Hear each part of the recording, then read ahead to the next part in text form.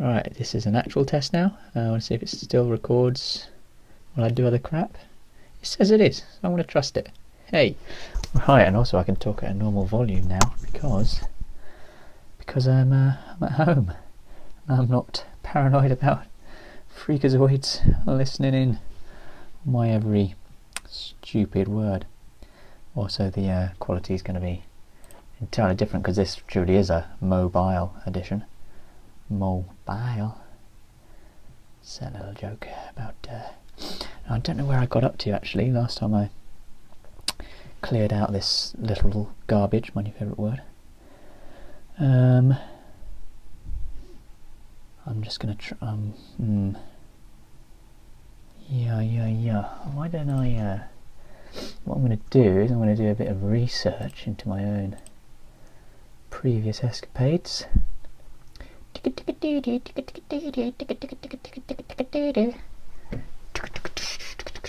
Fuck 'em and their law.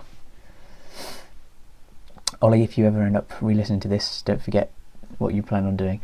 I've decided I'm going to try and do something with my time, because at the moment all I want to do is kill myself. So what I'm going to do with my time is I think I'm going to do some really shoddy animation type things. See how that accent kind of evolved there from, I don't know, like an old man into a Russian maybe? Who knows? Who knows? I hate the posh one. I've done Ollie with the poshies. Boshos. You see poor Twigs, I can hear poor Twigs outside.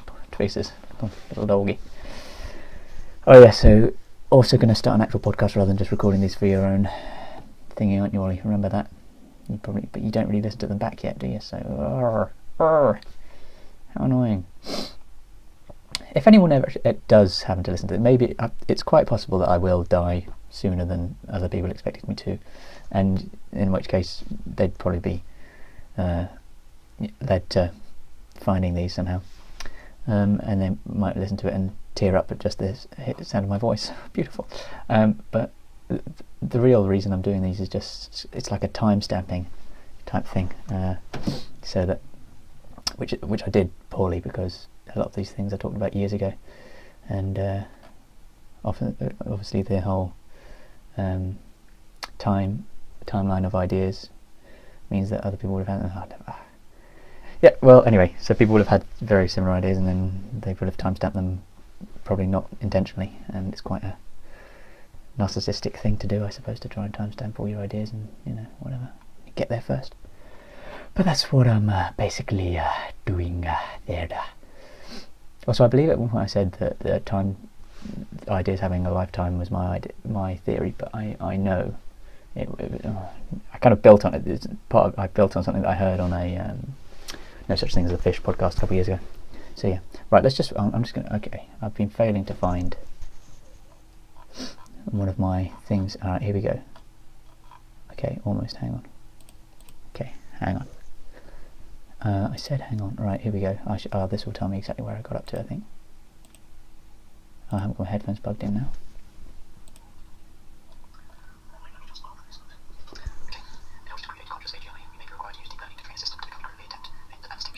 Right, I think that was just before deep learning and cancer. Oh yeah, baby. So let's get there.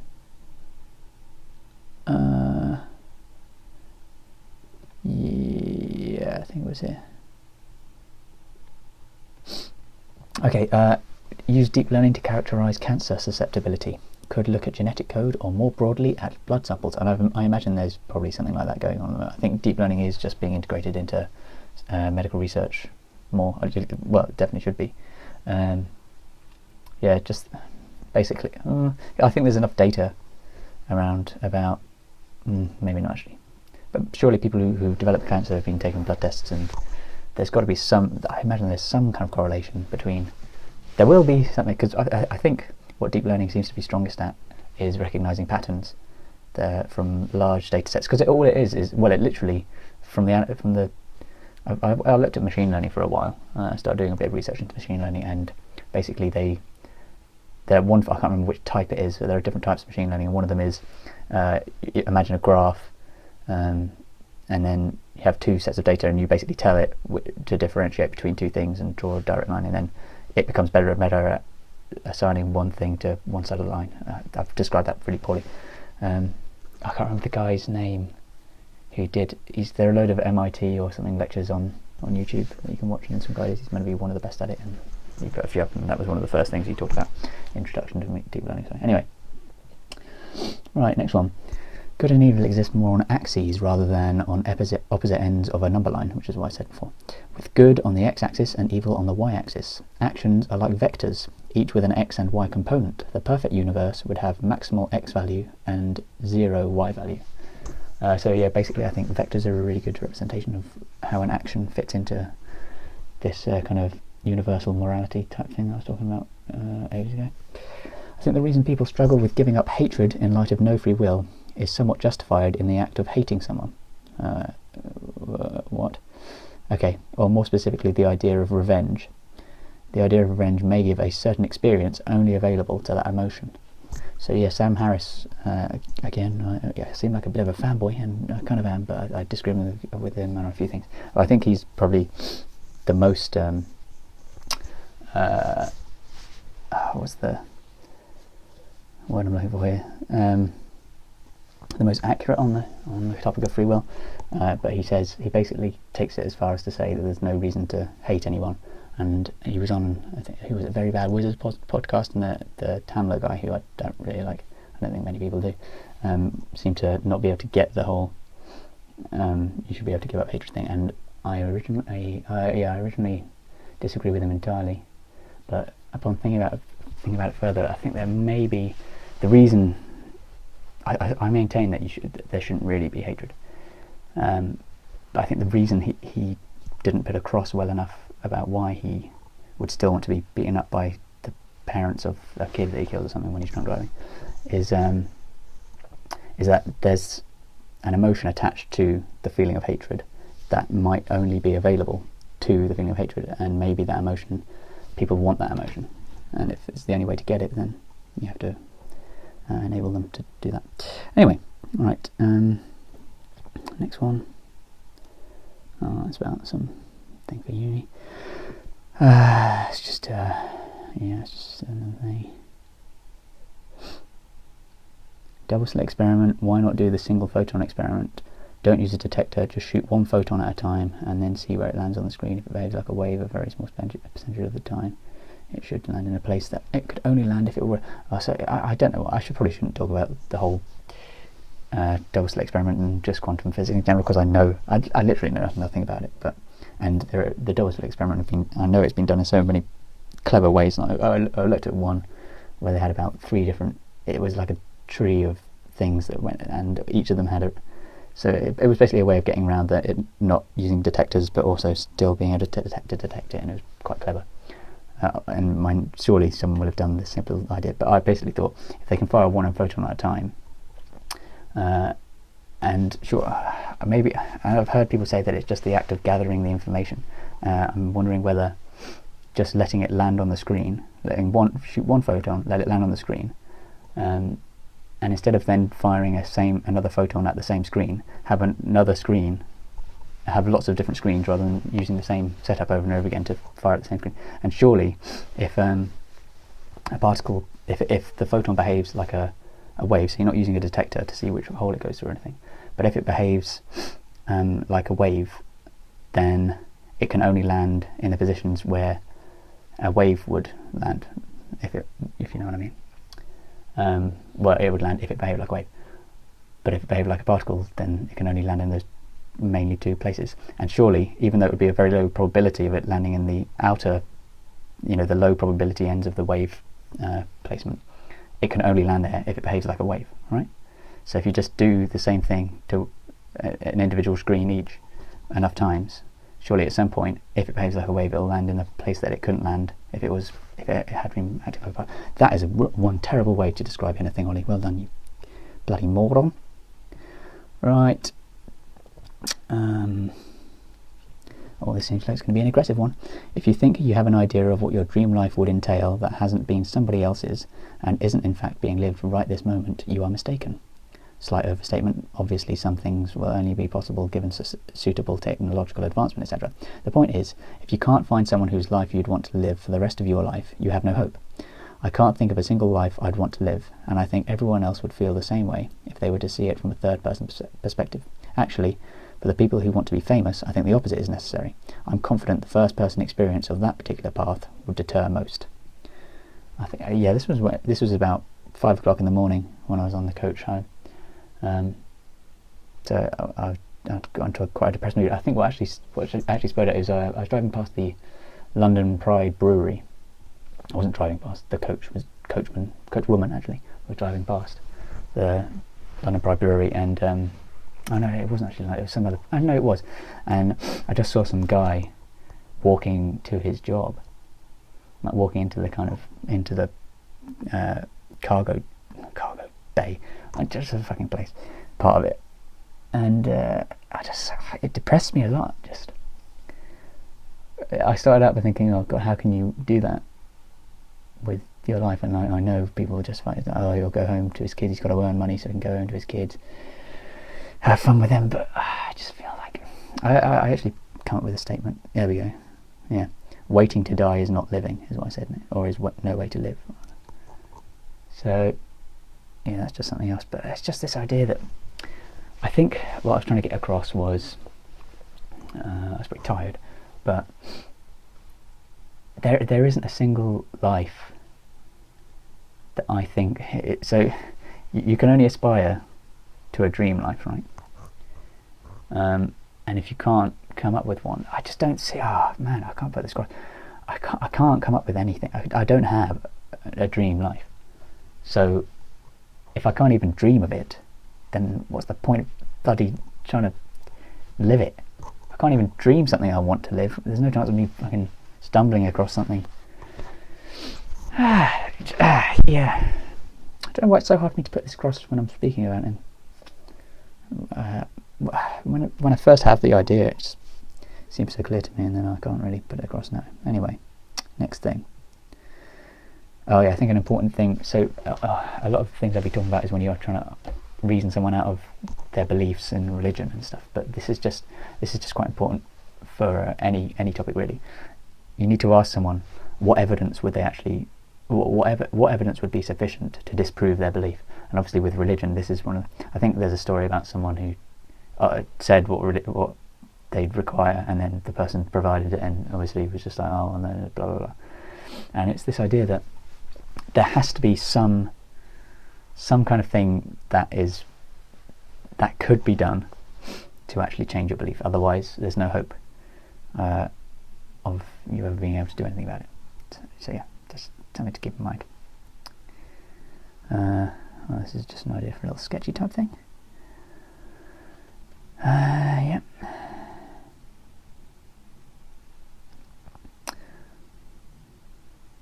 Oh yeah, this was a beautiful little thought I had. Because I was watching Serendipity. I watched Serendipity for the first time. My mates talked about it before, and I hate the idea of watching it. But I was watching the Lego Batman movie, and they referenced it in that, and I thought, well, why is everyone referencing it? So I decided to watch it. Yeah, it wasn't that bad. Actually, I hated most of it, but I didn't like the fact that it was too really. I really hate the whole thing where it's like, people in a relationship, and this idea that it's okay to cheat on people if it's true love, because you don't just and the idea that you're allowed to just keep them hanging on just in case it's not. They kind of glamorized that whole idea, which I didn't like, and also the fact that they were both really kind of middle upper class families.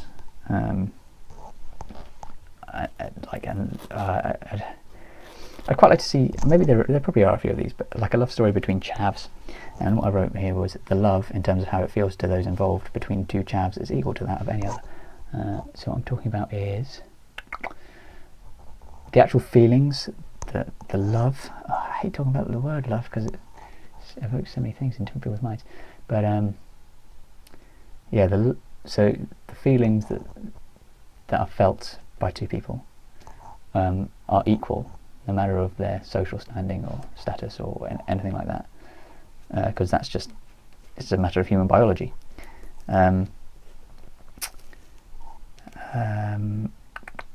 on, Ollie, get some words out, you plonker. Yeah, but I think what's different is the way they know how to express it. So that's the matter of their upbringing and education and everything. So it might, from the outside, from an outsider, from an impartial outsider looking in, chavs might not seem to experience the same love between each other, or just people in poverty, or people from different social classes. But I think on a biological level, they're all experiencing the same thing. Well, it might be slightly different because their ability to express themselves might affect the way it's felt between each other. Because there might be conflicting things between the way they can express their love and the way they feel they have to behave based on where they're from, and etc. But yeah, I think it's quite a nice idea. So I like the idea. Perhaps a love film between two chavs is what we need. Okay, the idea that the universe is trying to understand itself seems wrong to me. The belief that the universe itself is somehow conscious sounds misleading. I think what is truly happening is the only thing that could happen, given the probabilistically governed nature of the universe. Evolution is the process that applies to the entire universe, in that those things, whether it be an organism, an idea, a molecule, a system, a physical process, etc., or anything, will be maintained. Only something that can have a future will have a future. The reason information appears to be evolving isn't because some unimaginable conscious entity is willing it so. It's because the evolution of information is self-perpetuating, whilst its alternatives aren't. Or at least, well, never mind. The path that arises is the one that provides a future for itself, not by conscious decision, but because it happens, by chance, to yield more advantageous outcomes than its alternatives. And it's important to note that this choosing process occurs after the fact. There is nothing that assesses which path will yield the best outcome and picking that one. It simply happens that those paths which are better than others will always be better, provided all variables remain constant, and so will win out every time the variables are such that it is superior. Take, for example, the case of molecules forming towards the birth of the universe. Why did complex molecules form, and why didn't the atoms stay separate indefinitely? Well, they simply did, because that was what the physical laws of the universe made it most likely to happen. Again, laws is a misleading term, suggesting some kind of arbitrator, but the laws are just as random as the processes they govern. Had the molecules never formed, the further complexity of nature would never have occurred. Whilst there is nothing to say that kind of universe shouldn't exist, given different circumstances, there is reason to state that our kind of universe is just one of many alternatives. One had to happen. Which one does is irrelevant. So yeah, I think this idea, people seem to, I think, especially with the wording natural selection, and I've heard a story about Darwin being told to use a different natural preservation, I think it was, natural preservation or something like that, instead of natural selection, because selection suggests like an overwatcher, an overlooker, a god basically. And I think that it does mislead people slightly, because they start to believe that evolution is like this active process that involves some kind of thing that chooses something based on how it thinks things are going to work out, and that's not what really happens. It's just, in hindsight it might look like that, but really what's happening, it is true randomness, and it applies to everything, the evolution of everything. So this idea of information evolving, and that being the universe trying to understand itself, well, you can look at it like that, but so long as you accept that there is no conscious thing that's actually making it happen, it might seem like that, but I just don't see any reason to believe that it is, because it's just as equally well explained by the fact that anything that does get maintained would equally have been, could just as easily have been something else. See, I was struggling to write this down. That's why that little passage sounded so mixed. If it had been different, we'd just be saying something we'd be saying, oh, it ended up like this, because whichever way it ends up, it's always going to seem like that was the way that was chosen, because that's the one that happened. But it could just as easily have been a different one. But some things are more likely to occur than others, just because. So molecules. Oh, actually, I think that's a bad example. So an evolution of a being. A lot of people think we're perfect. We're really not. I mean, people balding, people losing their eyesight with age, things like this. They don't really add any. I think they highlight the. They're especially good at highlighting the natural selection side of, or natural preservation side of evolution, in that because they only occur, these things like losing eyesight with age and balding. Not that, well, actually balding, but losing eyesight with age. Okay, so losing eyesight with age will affect something's survivability.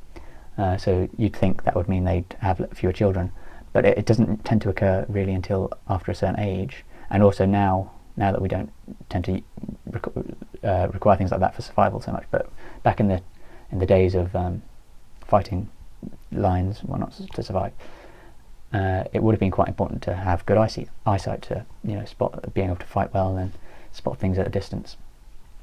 But they might have been having children before they reached the age at which, in fact, they may never have even reached the age at which their eyes would have started to deteriorate. Eyesight would have started to deteriorate. So they might have been passed on just because there was nothing to stop them being passed on. I can't. I need someone to ask me about the things, and then I tend to be able to put it better, right? When providing evidence for something being wrong, that person is not responsible for providing the correct alternative, an example of which would be those opposing capitalism as it is. Their arguments are almost definitely correct, but they do not have to provide a solution for the statements to be true. If I ask you what is 259,657,891,406,000 squared, then instantly followed it up with, is it 2? You would be right in saying, no, it isn't 2. Similarly, if I hadn't asked you the second question, if I hadn't asked you, is it 2, asked you the second question, and you had just answered of your own volition, not 2, you would also be correct. Your being correct in that statement is not reliant on you being able to give the actual answer. So I think people, So in retort to people saying stuff like capitalism doesn't work or something like that, there's a lot of truth to that statement. The way capitalism is implemented in the current society, it doesn't seem to be working all that well with the whole disparity of wealth and all that, and poverty still pretty. And I think it kind of does perpetuate poverty slightly. And then obviously the direct alternative is communism, and then we see that communism doesn't work. So people are just like, oh well, communism doesn't work. So, but that's not true. Communism that's ever been implemented. Blah blah blah. But it's not. That doesn't disprove the fact. Saying that it's true to say that capitalism doesn't work, and just because you can't then. And I think another example is when people talk about bombing. It might be the best option in terms of eradicating terrorist groups like ISIS. You need to bomb them and accept that there will be collateral damage. But that doesn't mean that it's the best option that could possibly be there. And then people say, oh well, what would you do instead? And people can't come up with an answer. Therefore, it's like, oh well, that means it's wrong. And yes, it is practically not good enough to say that we should just stop bombing them and then, not come up with an alternative. But it doesn't mean that the statement bombing people isn't a good thing is wrong. So that's again really just so bad at putting this across. What is wrong with my head brain?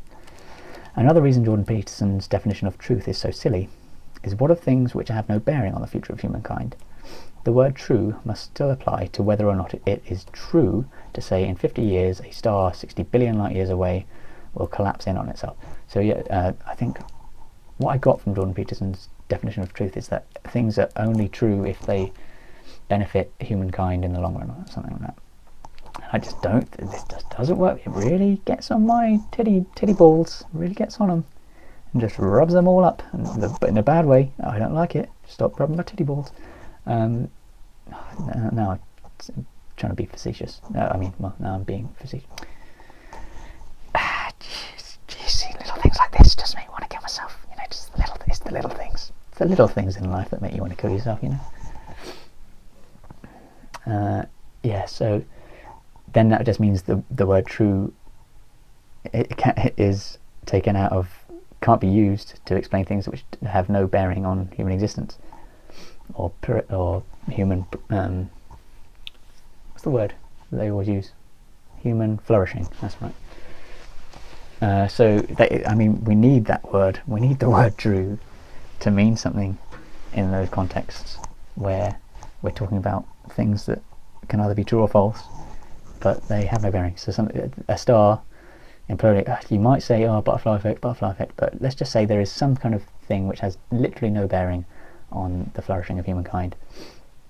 You need to be able to state whether that's true or not. And you're saying you can only state whether something's true if it just gets on my nerves, man. Right, people are too partial to partial logic. There is that makes sense, therefore it has to be the explanation mentality. People fail to realise that just because one theory makes logical sense, it is the only true explanation. This can be seen in religion, obviously, also in science, although its presence here is indicative of poor implementation of the scientific method, and just in everyday life.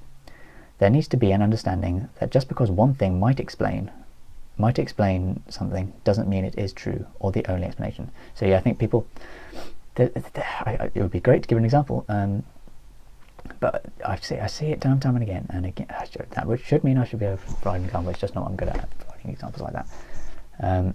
But people just seem to, they'll read something and it'll make sense, and I'm not denying that a lot of these things make sense that I'm talking about. But then they make this leap to say, oh well, if it makes sense, therefore that's the only explanation. And they don't tend to say that, but they just settle for it because they hear it, it makes sense. Okay, I won't look any further into the matter. But the first thing that makes sense isn't the only explanation and won't necessarily be the actual explanation. I guess it kind of ties into a whole correlation causation type thing, but it's slightly different. Anyway, yeah. I think the future most popular pastime will be a VR competitive Overwatch-like tournament / league-based multiplayer. So yeah, I quite like the idea of obviously, well, this ties into the whole AGI taking over the world and taking over all our jobs, blah blah blah blah blah, which I'm quite looking forward to. In fact, I quite like the idea of the human race ending and replacing it with something better. But yeah, so what are we going to do with our time? And I think what might happen, a lot of people see VR being the future, and I do think that's right. And I think what will actually be, so some people will probably, it's just like the gaming we have at the moment. There are a lot of people who are into multiplayer games, but there's some people still in single player games. But I don't think anyone is more addicted to gaming than the competitive. Like, I mean, it wasn't really competitive. Well, it was competitive. I've been in the freaking Call of Duty quickscoping community for however many years now, and I mean, it pisses me off. I don't get that angry about anything as much as I do at that, but I can't. It's too addictive. It really is. And I gave it up purely because of my willpower, and also, well, not purely, also the fact that it kind of died out. But I think the Overwatch type community, I mean, there's also the League and Warcraft and all those kind of communities, but I think they're more, I think that's harder to translate into a VR experience. So I think Overwatch will probably be the best, some kind of VR Overwatch game will be what takes over the world. So yeah. Okay, Ollie, that was a really good recording, and what's probably going to happen now is you're going to fuck up it because you didn't really practice with this, did you? That was stupid. Right.